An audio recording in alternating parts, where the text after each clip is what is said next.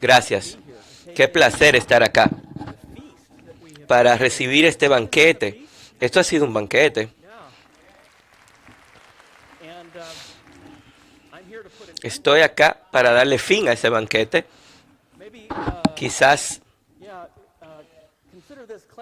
consideren esto como limpiar el paladar para el próximo expositor. No, es un gran tema. Me honra estar acá y feliz de que me hayan dado este tema de lo que es nuestra vocación. Muchos historiadores han dicho que aunque los reformadores en sí mismos dirían que la reforma tenía que ver con el Evangelio, por lo cual recordamos la reforma por los historiadores, es el impacto que tuvo sobre la cultura y sobre lo que es la doctrina de la vocación. Así que esto es parte de la reforma, hablar sobre el llamado, pero la doctrina de vocación no estaba separada. El recuperar el Evangelio en sí mismo estaba unido a esto. ¿Cuántos de ustedes han oído de Walt Simler? Bueno, muchos honestos aquí. Si levantaste la mano, no te creo, de hecho. Es una de esas personas que nunca hemos escuchado hablar. Sin embargo, impactó la historia por siglos, porque el mapa mundial, el mapa del mundo, era una esfera que estaba rodeada por profundidad y una montaña en el medio, el monte Sión. Dios en este monte. Inclusive los mapas te llevaban a mirar hacia arriba. En el 1507, su mapa fue desarrollado y fue la primera vez que apareció América en el mapa como continente. Pero no era lo único nuevo. El mapa del mundo que todos conocían y ahora era un plano horizontal que reflejaba una tierra plana. En vez de mirar hacia arriba, ahora mirabas hacia los lados. Un mapa así, nunca verías el mundo igual. Muchos siglos han pasado desde ese mapa. Los ateos como Nietzsche decían que ese mundo de allá arriba del cielo con jerarquía divina, Dios, ángeles, almas humanas, fue eliminado del horizonte. Es como si lo hayan borrado. Sigmund Freud eliminó el impulso religioso, diciendo que era una locura. Como no podíamos manejar la realidad, nos inventábamos este mundo. La trascendencia se redujo. La trascendencia ya no estaba gobernada por ese mapa de un creador y una creación. Más bien, en vez de ocurrir allá arriba, el mundo vino a estar dentro de nosotros.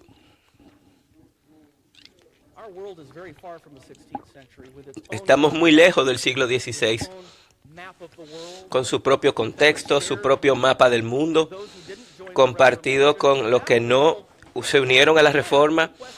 Ese mapa, la pregunta de cómo encontrar un Dios benevolente, era fácil responderla, pero con el mapa de hoy es cómo puedo tener mi mejor vida ahora. Y si Dios me puede ayudar, pues entonces lo incluyo. Le voy a dar una parte en mi película. Puede haber trascendencia dentro de este mundo. Pero ¿hay un Dios trascendente fuera de mí? Fuera del tiempo, fuera de la historia, que quiere estar conmigo.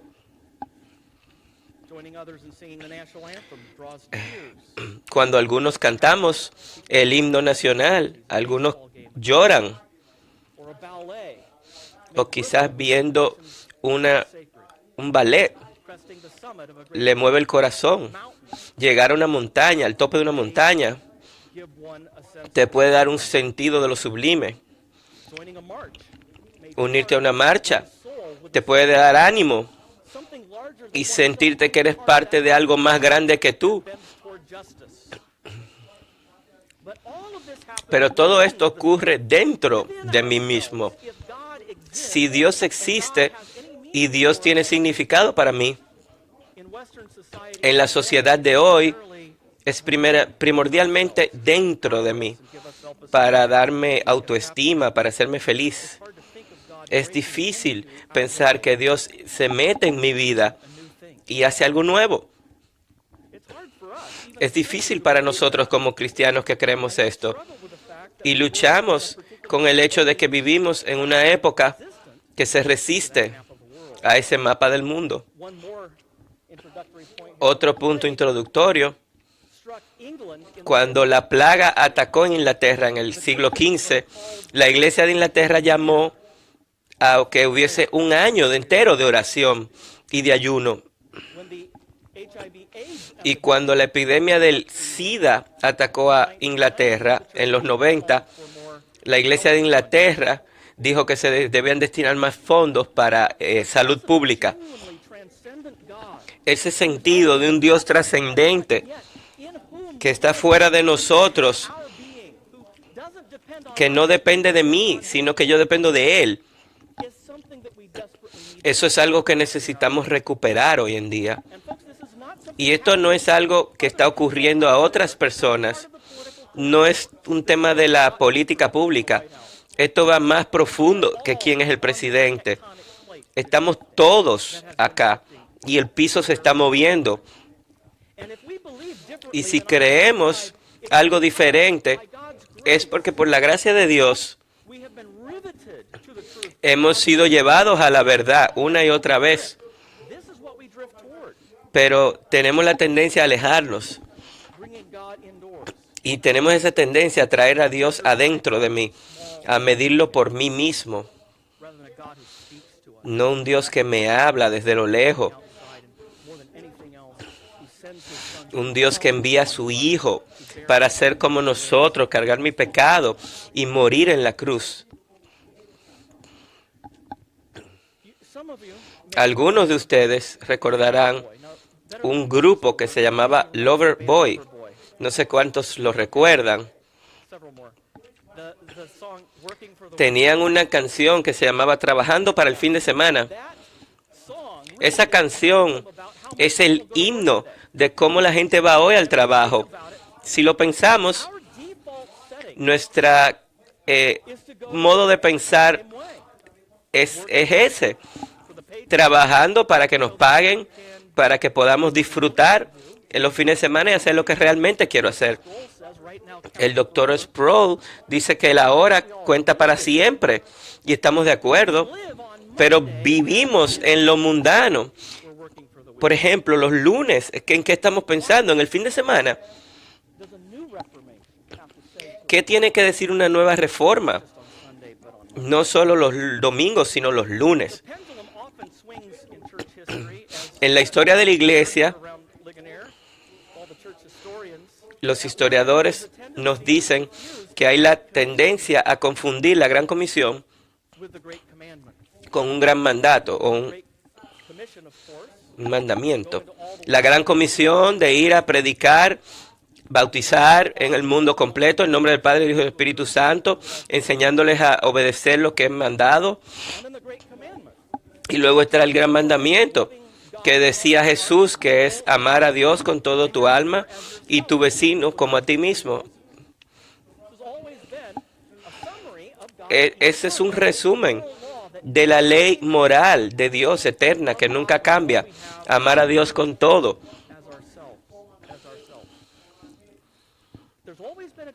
Pero siempre ha habido una tendencia a confundir ambos.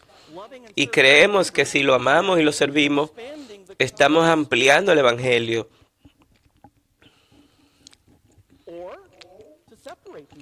O realmente tendemos a separarlos, como si podemos escoger uno y no el otro. Quiero enfocarme en estos dos llamados, los cuales ambos son importantes para nosotros como creyentes. Lo vemos en términos del gran mandamiento: amar a Dios con todo tu corazón, toda tu alma y tu vecino como a ti mismo. Y la gran comisión de predicar el evangelio en toda la tierra. Quiero ver tres grandes distinciones que eran muy importantes para los reformadores. Y creo que son tres cosas cruciales que debemos recuperar hoy en día. La primera está entre el reino de este mundo y el reino de Cristo. Hay una distinción, no una separación. No son lo mismo. En la iglesia romano-católica, en la iglesia de Inglaterra, la iglesia está por encima del Estado.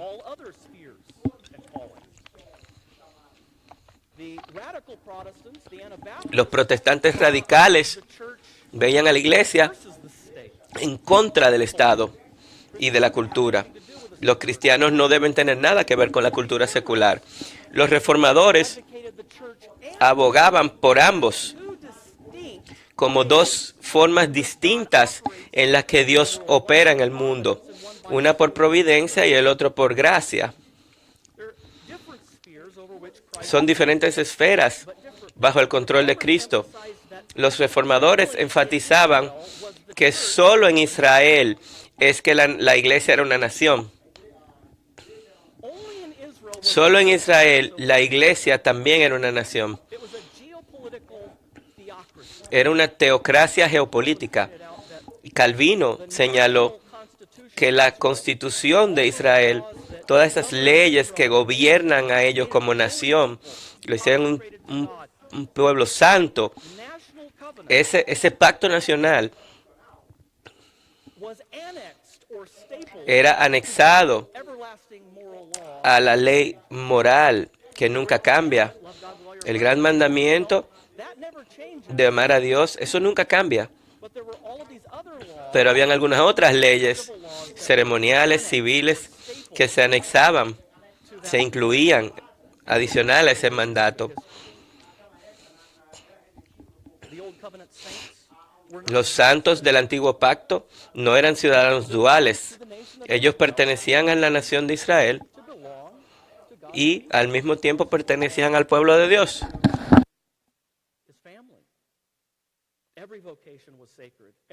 Y bajo ese contexto, toda vocación era santa.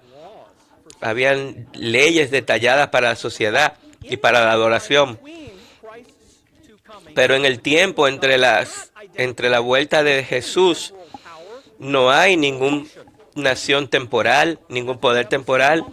Por eso tienes el Sermón del Monte, que Jesús dice: tú has escuchado esto,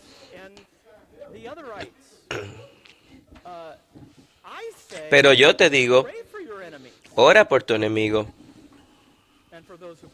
y los que te persiguen. Es un cambio de régimen.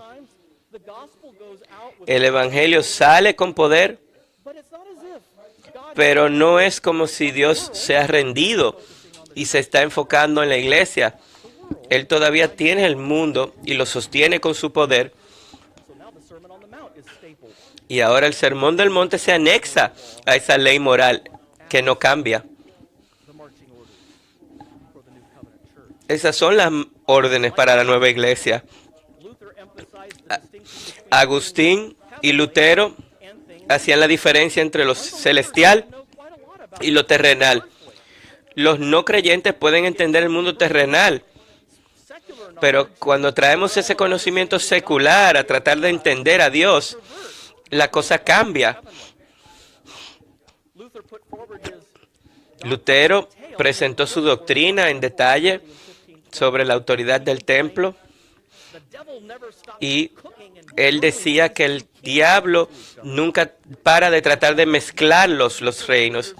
Los líderes seculares quieren ser amos de Jesús y enseñarle cómo guiar a su iglesia. Y los clérigos falsos también quieren ser los maestros del mundo. Sin la aprobación de Dios y tratando de decirle cómo organizar el gobierno secular. Dios enfrenta mucha adversidad de ambos lados. Tienen mucho que hacer todos los días. Ningún gobernante puede prevenir que una persona enseñe o crea lo que quiera creer, ya sea el evangelio o mentira.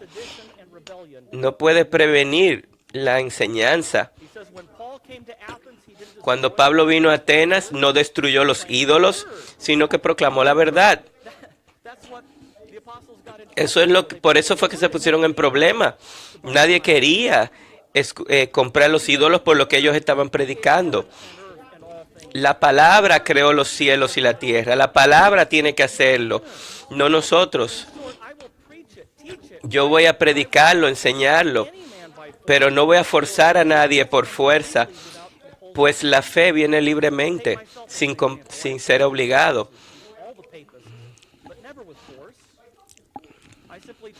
Yo enseñé la palabra de Dios solamente. Y mientras yo vivía en Wittenberg, la palabra debilitó tanto a la Iglesia Católica que tuvo muchas pérdidas. Yo no hice nada y fue la palabra que lo hizo todo. Él no está tratando de levantar su ego, diciendo que si él hubiese querido generar problemas, yo pudiese haber traído derramamiento de sangre. Ni el emperador hubiese estado a salvo. ¿Pero de qué hubiese servido? Necedades. Yo no hice nada. La palabra lo hizo todo. Calvino también dice que para que ninguno pueda caerse sobre esta piedra, consideremos primeramente que hay un gobierno dual. Uno es espiritual, la conciencia llevada a la piedad y adorar a Dios, y el segundo es político, donde el hombre es educado para los deberes humanos y de ciudadanía.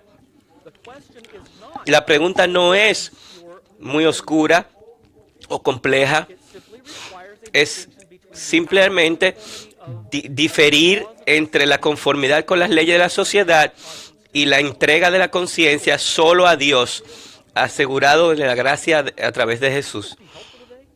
¿No sería eso útil hoy en día? Y en esta base, Calvino retó la visión medieval de que el Estado tenía que llevarse de la iglesia. Con Lutero, él decía que hay un gobierno dual que contiene dos reinos capaces de ser gobernados por diversos reyes y leyes. Y esa distinción va a evitar que la libertad espiritual sea mal aplicada a temas del gobierno civil. Él reconoció que Dios se preocupa por el mundo. Él se preocupa por las personas que sufren del cáncer y no lo conocen. Pero Él lo hace de diversas formas. A veces a través de gracia común y a veces por gracia especial. La segunda distinción es la distinción entre la ley y el evangelio. Esto está en el corazón de la reforma. Los reformadores dijeron que la escritura tiene mandamientos y promesas, o imperativos e indicativos. Los indicativos te dicen lo que pasa. El paciente está sano, es un indicativo, es un anuncio. Paciente, sánate, eso es un imperativo, es un mandato. Y tenemos ambos en la escritura y somos obligados a escuchar y responder fielmente a esas dos palabras. La ley nos da una agenda, nos da algo que hacer, y el evangelio nos da un anuncio de lo que Dios ya ha hecho por nosotros en Cristo.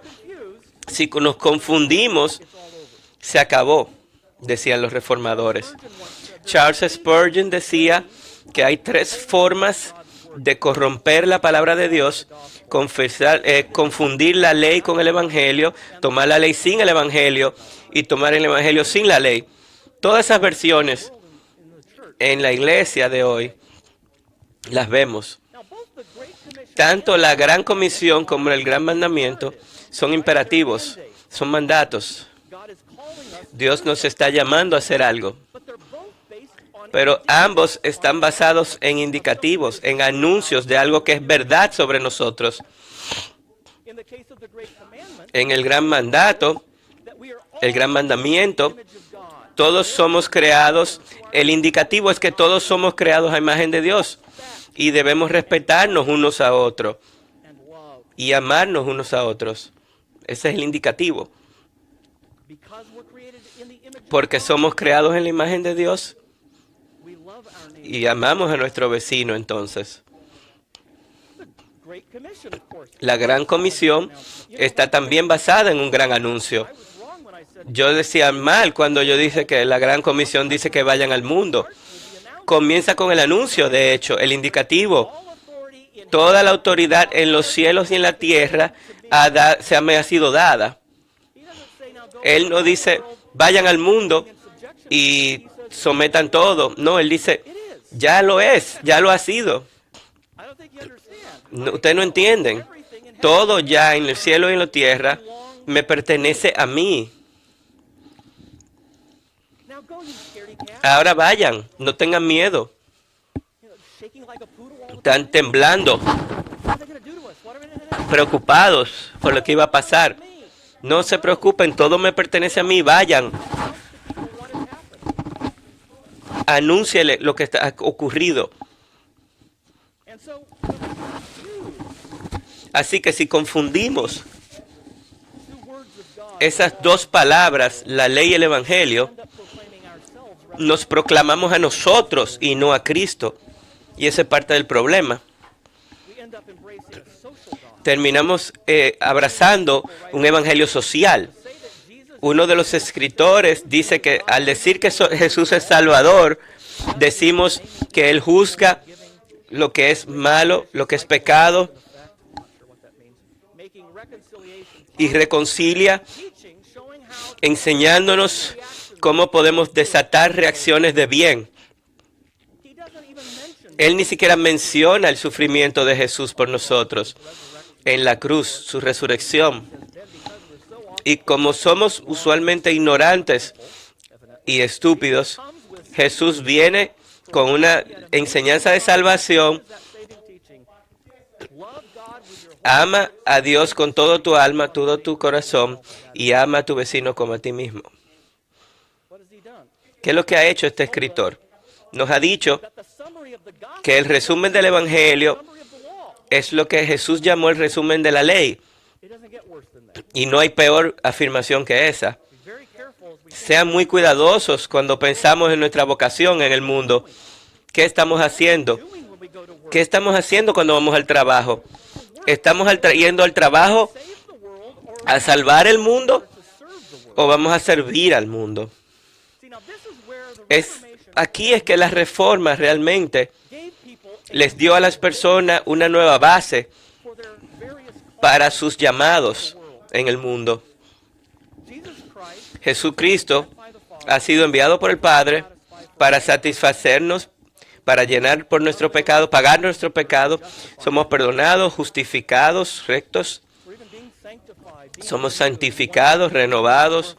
Algún día seremos glorificados. Todo es un regalo de Dios. Y toda una cultura estaba tratando, por lo menos los que eran serios, de ofertar sus trabajos a Dios para que Dios le devuelva. Y Calvino tenía una forma bonita de describirlo. Él decía que estaban en problemas en tres formas. Ellos están ofreciendo sus obras a Dios como si Él debe repagárselo, y eso no le gusta a Dios. Ellos no reciben ningún beneficio de esto porque es pasión sin conocimiento. No entienden que es por fe. Están tratando de ellos llegar a Dios, no Dios llegar a ellos. y tampoco están sirviendo a su vecino. ¿Qué hace un monje el día entero? Nada. Un zapatero está haciendo más por su vecino que un monje. Ahora, si ves que todas las buenas cosas vienen de Dios, no enviamos nuestros regalos a Dios, sino que Él nos los manda a nosotros. La forma que le adoramos los lunes es tomar esos dones al mundo. Y ahora tienes bien un concepto de cómo es que fluye. Lutero tenía una frase donde decía que Dios no necesita tu buenas obras, es tu vecino que lo hace, que lo necesita. Dios dice que si quieres servirme, debes servir a tu vecino.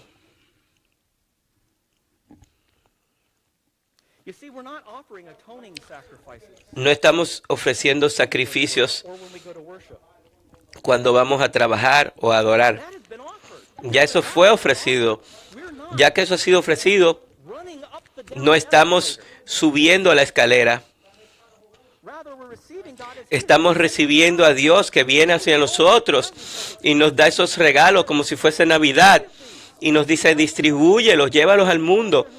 Hay gente que te necesita. Y por eso la Reforma desató una nueva visión de su llamado. El doctor Ferguson indicó que vamos a la iglesia para que Dios dé sus buenos regalos para nosotros los domingos. Y luego el lunes, ese trabajo de Dios a través de nosotros impacta a otros. Así es que debemos pensarlo. Nuestra vocación. ¿Eso es un trabajo? ¿Eso es solo un trabajo? No, eso es un llamado. Porque hay un Dios más allá de nosotros y fuera de nuestros planes de pensiones que nos ha llamado a ir a nuestro vecino que nos necesita. Y luego, la segunda distinción, la distinción entre gracia salvadora y gracia común, no es cosas que vivimos de forma separada los lunes de los domingos. Es la misma. Son distinciones meramente, no son separaciones. La gracia común es maravillosa. En contra de los radicales protestantes que atacaban a todo lo secular, Calvino decía que si es la decisión del Señor que seamos ayudados por el trabajo y el ministerio de los impíos,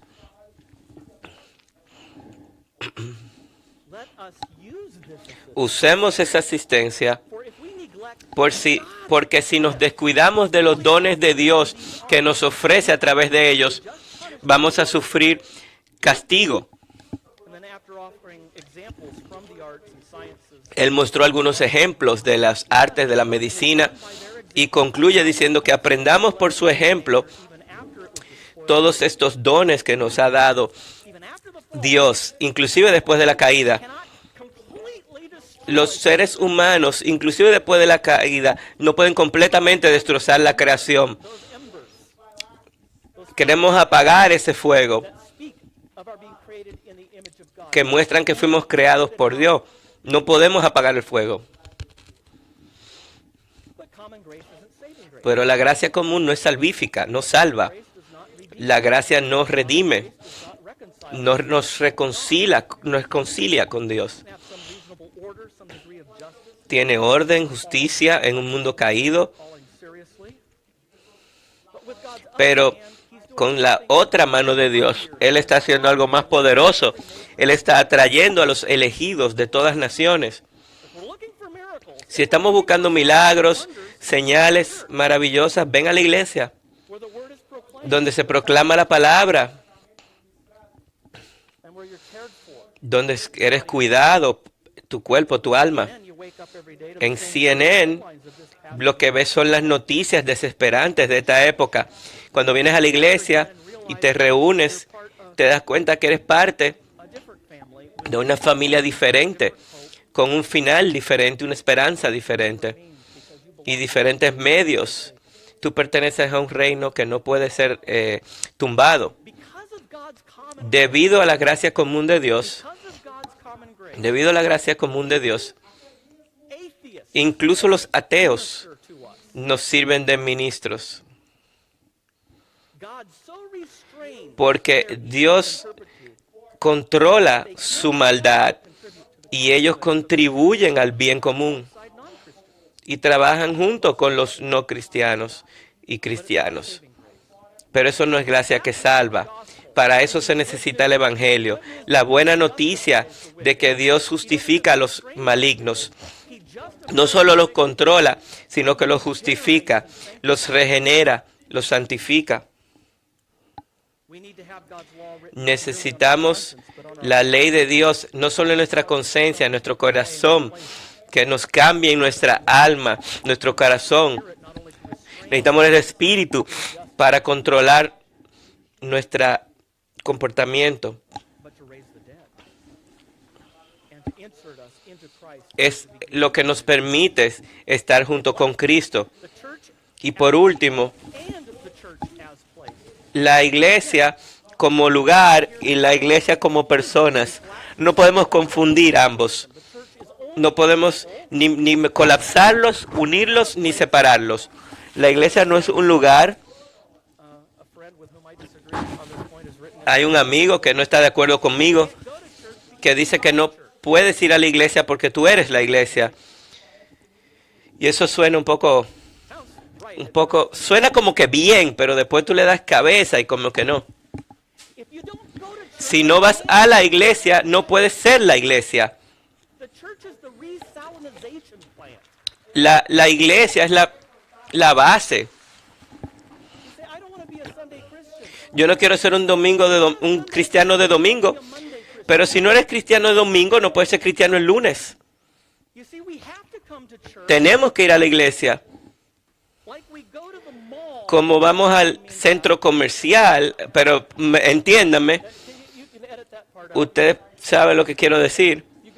Vas al centro comercial, ese letrerito que dice, estás aquí, y sabes a dónde ir. Venimos a la iglesia para saber dónde estoy.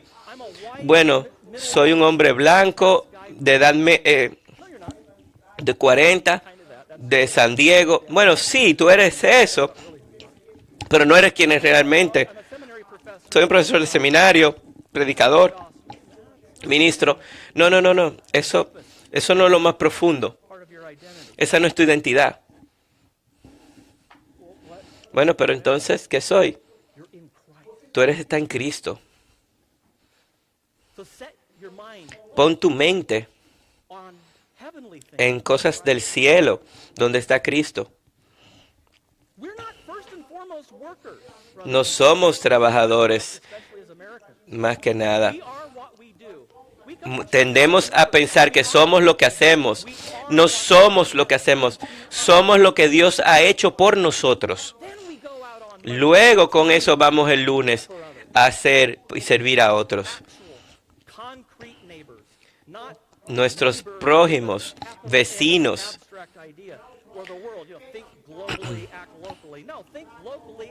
Piensa localmente y trabaja localmente. Comienza con tu vecino, con tu prójimo. Está a cruzar la calle. Yo he visto muchas cosas. Algunos de ustedes seguramente están cansados de cambiar pañales, cansados de decir que no a sus hijos, cansados de gritarle a sus hijos cuando van de vacaciones y gastan una fortuna en nada más estar todos muy pegados para que se ataquen los unos a los otros. Pero son tus prójimos, están en tu cara. A veces es más fácil ir a salvar el mundo que cambiar un pañal. Todo comienza con la familia santa. Y la familia santa quiere decir la iglesia. Es nuestra primera familia. Nuestra segunda familia ya es nuestra familia nuclear. Y luego nuestros vecinos. Y luego nuestros compañeros de trabajo. La iglesia como institución no puede hacer todo lo que puede hacer la iglesia, el pueblo, Hay una gran distinción entre la iglesia como organización y la iglesia como instituto. Es una institución, no es un pueblo, es un lugar. Y como lugar, como institución, la iglesia no puede decir lo que quiere decirle al mundo en nombre de Dios. Tiene limitaciones. Su mandato es la gran comisión, que no es el gran mandamiento. Hay formas de servir a nuestros prójimos. Hay formas que ni un pastor ni un teólogo puede hacer. Hay personas en tu congregación que conocen a sus compañeros de trabajo mucho mejor que nosotros. Que nosotros los conocemos más que ellos. Tú tienes que ir a la iglesia para recibir sal, para poder ser sal en el mundo y hacerlo de la mejor forma, más apropiada. Los cristianos van a estar en desacuerdo de cómo es que eso va a ocurrir, pero el concepto es el mismo. La iglesia debe darle algo de libertad de cómo es que cada quien puede lograr esa misión. Pero cuando se trata de la palabra de Dios y su evangelio, la iglesia debe hablar sobre eso. Hermanos, hermanas, yo sé que saben de lo que me refiero. Estamos en una época donde la doctrina se saca, se considera divisiva, pero estamos felices con dividir el cuerpo de Cristo por cosas que en la Biblia no están claras. Nosotros creemos que nuestro mandato en este mundo va más allá de nuestro mandato como cristiano unido a otros creyentes alrededor del mundo.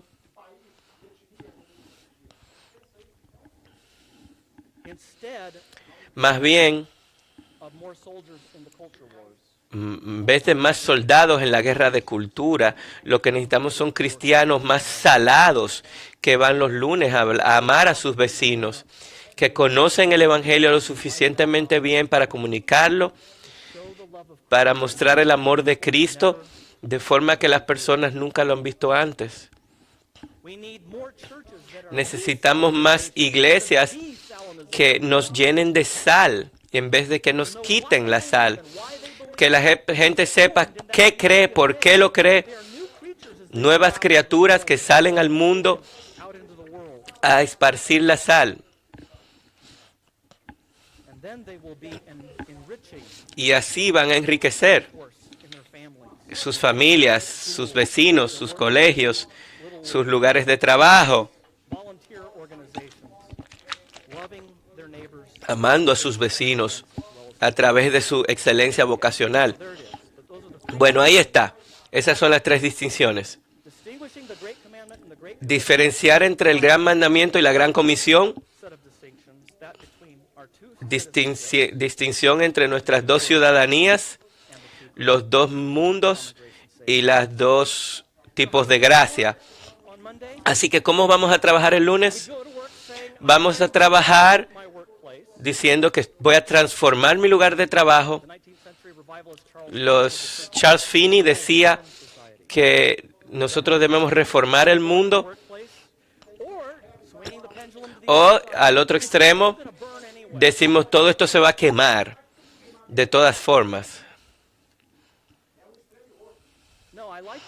No, me gusta la frase de James Davidson Hunter, una presencia fiel.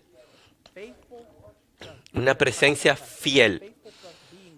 Estar ahí. Os Guinness dice que el problema no es que los cristianos no están donde deben estar, es que no son lo que son donde están.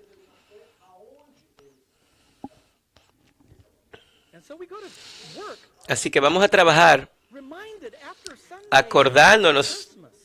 El domingo nos recuerda que es como la Navidad, donde no estamos esperando a Santa Claus, sino que vuelva Jesús para hacer todo nuevo. Él va a destruir el mundo. Va a hacer todo nuevo. Y a la luz de lo que Él hace cuando Él viene al final del tiempo, podemos sanar heridas y esparcir el Evangelio hasta el final del mundo. Se ha dicho, Muchas veces se atribuye a Lutero, se dice que Lutero lo dijo, que cuando alguien le preguntó, ¿qué harías si conocieras que Cristo viene mañana?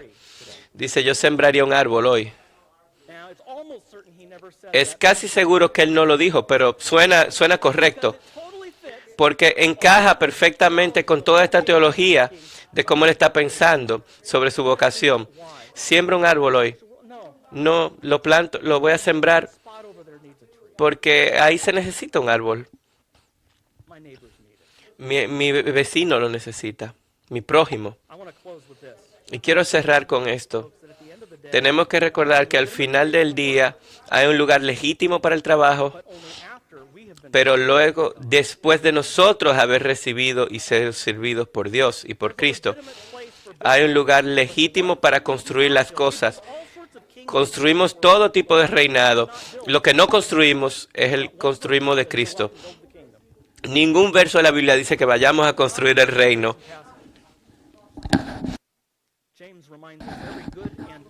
En Santiago nos recuerdan que todo regalo bueno viene de arriba, viene desde Dios.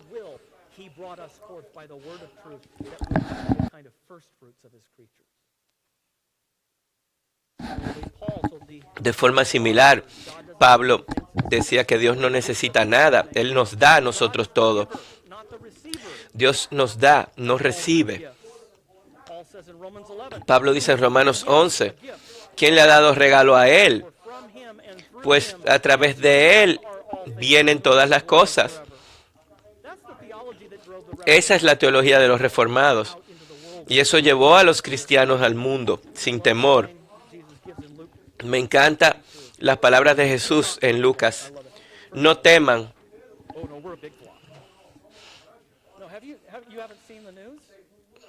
Por si no lo saben, nosotros somos un pequeño rebaño. Algunos consideran que somos grandes, pero no.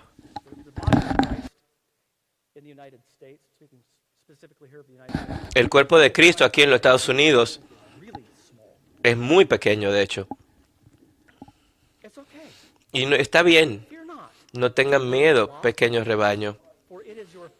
Pues es el Padre le complace darte el reino. Esa es la promesa. Él no nos dice en la Gran Comisión que vayamos al mundo y llevemos todo a su autoridad. Todo está bajo su autoridad. Ahora vayan y liberen a los caídos. Tráiganlo de vuelta. Así que, hermanos y hermanas, levantemos nuestra cabeza, dejamos de quejarnos como si nuestra fe estaba en las obras, o en nuestros reinos, o en nuestro país. Léanse el libro de Stephen Nichols. Estamos viviendo en un tiempo secular, en ese mapa del mundo que no tiene a Dios en el medio. Pero la luz brilla aún más en la oscuridad. Hay un evangelio que vamos a proclamar. Hay salvadores, hay prójimos que salvar. Estamos recibiendo un reino que no nos pueden quitar. Dios es un fuego consumidor. Preparando a sus discípulos para su salida, Jesús decía, yo te he dicho estas cosas para que en mí puedan tener paz. En el mundo van a haber tribulaciones, pero tengan fe. Yo he conquistado el mundo. Amén.